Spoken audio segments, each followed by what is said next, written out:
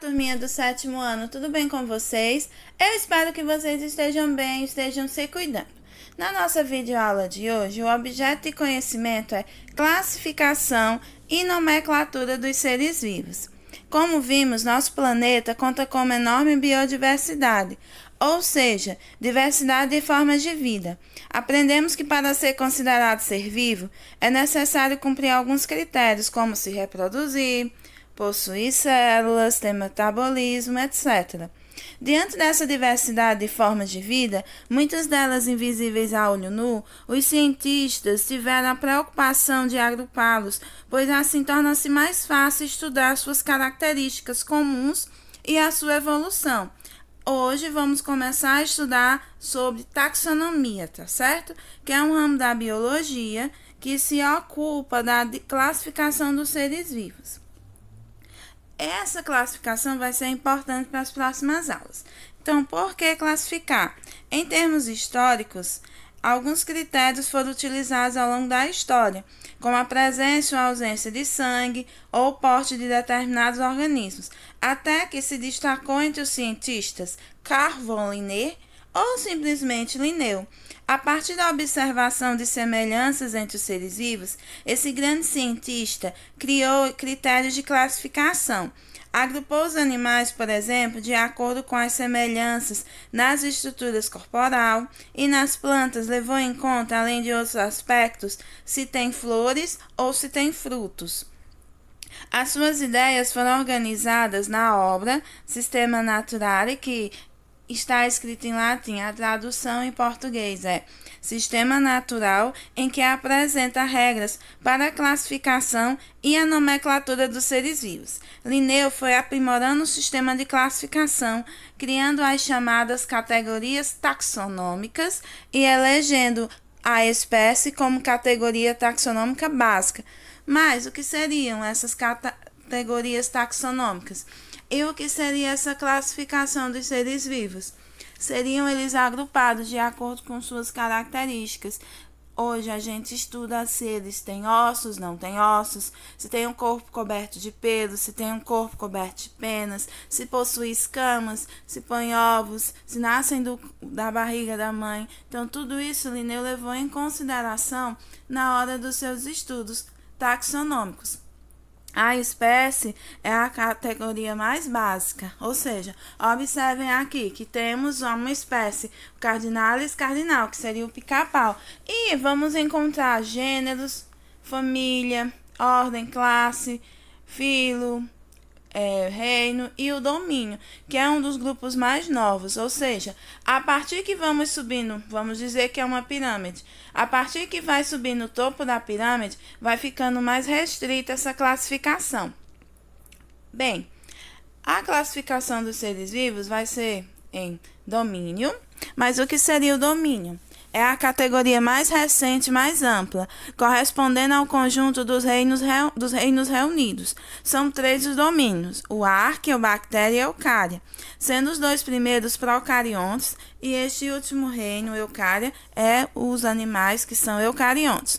Depois do domínio, que seria a base do nosso estudo, vem o reino, categoria que é o conjunto dos filhos. E o que é um filo? Seria um conjunto de ordens. O filo quer dizer se o animal é vertebrado ou não. Temos a classe, antes, que é o conjunto de ordens, que seria, nesse caso, vocês estão vendo, a classificação de uma espécie de urso, e que a classe dele é mamália, ou seja, o animal vai se alimentar do leite da mãe, vai nascer do útero da mãe, é um animal mamífero. A ordem, que é de uma forma mais abrangente, com a ordem, um conjunto de famílias semelhantes, ou seja, aquele animal é carnívoro, é herbívoro, é onívoro, ele é autótrofo, vai conter essas informações. Depois vem a família, que corresponde à reunião de diferentes gêneros.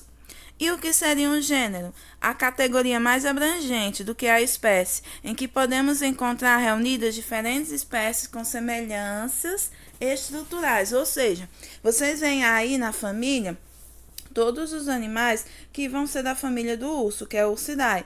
Mas quando eu vou por gênero, apenas aqueles que são mais parecidos, até eu distinguir em espécie. Família é como a nossa. Tem um monte de primo, de irmão, de tio, de tia. Mas eles, cada um mora em uma casa, que seria o gênero. E cada indivíduo único formaria a espécie. De uma forma, assim, bem simples. À medida que vai se estreitando do domínio à espécie, vai se diminuindo a variabilidade. Ou seja, até chegarmos em um organismo que seja único, tá certo? Bem, então a divisão dos níveis taxonômicos, tirando aí o domínio que é o mais recente, nós vamos ter reino, filo, classe, ordem, família, gênero e espécie. Ai, tem muita coisa para a gente aprender. Então, existem algumas formas da gente decorar. Eu vou dizer aqui algumas para vocês aprenderem a ordem. Olha essa frase. Rato frito com orégano fica gostoso. Experimente. É uma frase muito louca, né? Ó, veja que R de rato, F de frito, C de classe, O de ordem, F de família, G de gênero e E de espécie. Aí você tem a ordem, né? Tirando apenas o domínio. Eu gosto mais, particularmente, da que eu vou apresentar agora a vocês, que é reficofage, Ré de reino, Fi de filo, C de classe, O de ordem, Fá de família, G de gênero e E de espécie.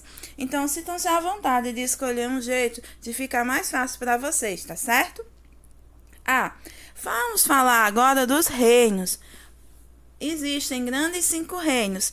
O reino Monera, que é constituído de bactérias e arcobactérias, tá certo? O reino Protista, que é composto de seres unicelulares e eucariontes. No caso do reino Monera, nós vamos ter a grande predominância de células procarióticas, tá certo? No reino protista, nós vamos achar os 2 tipos de célula, que seriam os protozoários e algumas algas unicelulares. No reino fungi, seriam os fungos, aquele champignon que você come na pizza, faz parte do reino fungi, que vai ter organismos multicelulares, também alguns unicelulares e todos eucariontes. Depois a gente vai para o reino Plantae, que é composto de organismos multicelulares, eucariontes, que são as plantas, os vegetais. E o reino Animalia, que é o nosso reino composto de seres pluricelulares, eucariontes, com muitos tecidos e órgãos, que precisam se alimentar de outros seres vivos, que é o nosso caso. Todos do domínio eucária, tá certo?